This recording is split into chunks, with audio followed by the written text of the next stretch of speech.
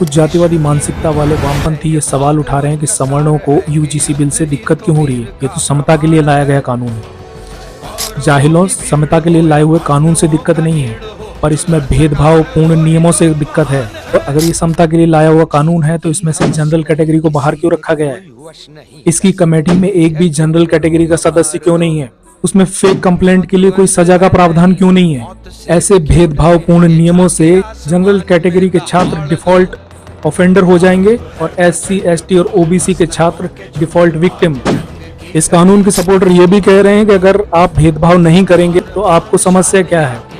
समस्या ये है कि अगर इसमें फेक केस होता है तो सुनवाई नहीं होगी।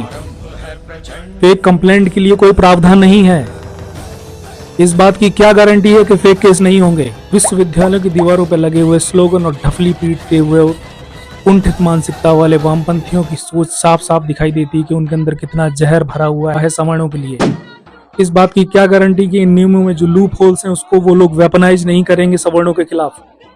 एक तरीके से उनको ये लाइसेंस मिल जाएगा कि वो कभी भी किसी पे भी कोई भी आरोप लगा सकते हैं जाके, और कमेटी में सवर्णों की कोई सुनवाई करने वाला भी नहीं होगा। तो ये समता का रूल नहीं है, ये डिवाइड करने वाला रूल है। जहाँ पे बच्चे अपना भविष्य बनाने जाते हैं वो यहाँ इस दबाव में रहेंगे कि कभी कोई आके कोई आरोप ना लगा दे। अगर ये नियम ऐड हो जाएगा कि अगर कोई फेक केस करता है या फेक कंप्लेंट करता है उस पर कार्रवाई होगी, इस चीज से तुमको क्या दिक्कत है।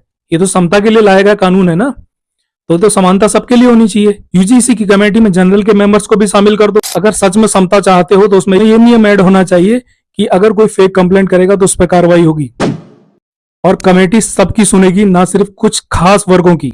अगर तुम ये चाहते हो कि ये नियम ना शामिल हो कि फेक कंप्लेंट करने पर कार्रवाई होगी, तो इसमें दाल में काला है। साफ साफ तुम्हारी मानसिकता और नीयत नजर आती है।